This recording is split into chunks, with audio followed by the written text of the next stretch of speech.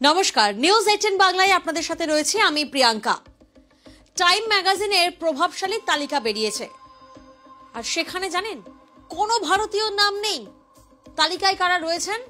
তালিকায় রয়েছেন ট্রাম্প, রয়েছেন এলন মাস্ক, তার সঙ্গেই নাম রয়েছে মোহাম্মদ ইউনূসের, কিন্তু কোনো ভারতীয় নাম নেই।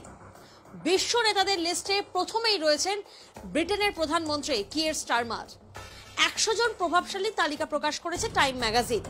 এবছর এই তালিকায় জায়গা করে নিতে পারেননি কোনো ভারতীয়। ভাবছেন, কিন্তু সেই তালিকায় অর্থাৎ সেই প্রভাবশালী তালিকায় রয়েছেন মোহাম্মদ ইউনূস।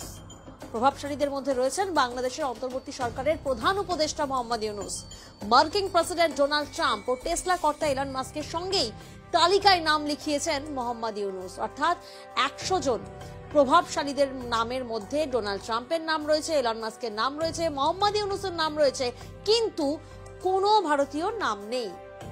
গত বছর টাইমের 100 প্রভাবশালীদের মধ্যে ছিলেন বলিউড অভিনেত্রী আলিয়া ভাট, অলিম্পিক পদকজয়ী কুস্তিগীর সাক্ষী মালিক, কিন্তু এবছর আর কোনো ভারতীয় নাম এলো না। কেন নেই এই তালিকায় কোনো ভারতীয় নাম?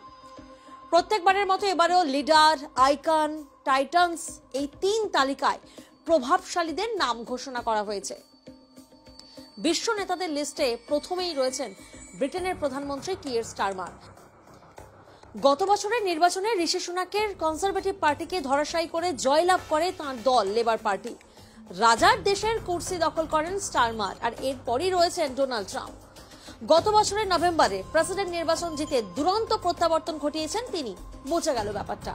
গত বছর টাইম ম্যাগাজিনের বর্ষসেরা ব্যক্তিত্বের শিরোপা পেয়েছিলেন তিনি।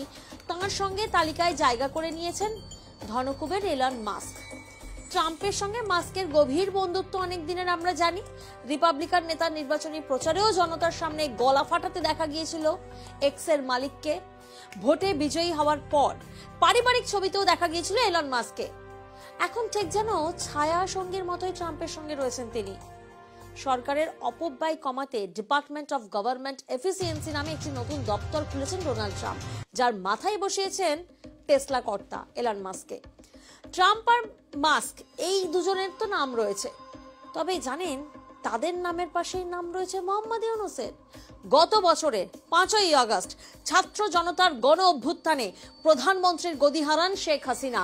8ই আগস্ট নোবেল জয়ী অর্থনীতিবিদ ইউনূসের নেতৃত্বে শপথ নেয় অন্তর্বর্তী সরকার। 84 বছর বয়সে ইউনূস এই তালিকায় উঠে আসে সবচেয়ে প্রবীণ ব্যক্তি। এছাড়াও এ বছরের তালিকায় রয়েছেন বাশার আল আসাদ।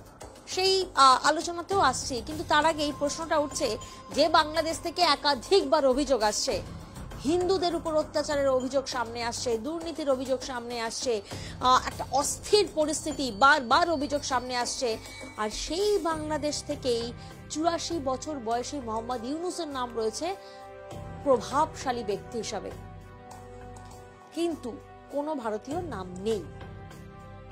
নাম রয়েছে বাশার আল আসাদ, বিদ্রোহীদের কাছে হার মেনে গত বছরের ডিসেম্বরে সিরিয়ার প্রেসিডেন্টের গদি হারান।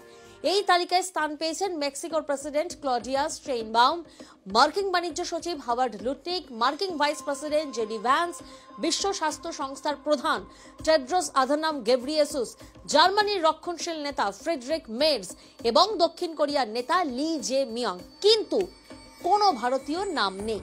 কেন নেই? কি কারণে নেই? উত্তরটা সত্যিই অধরা।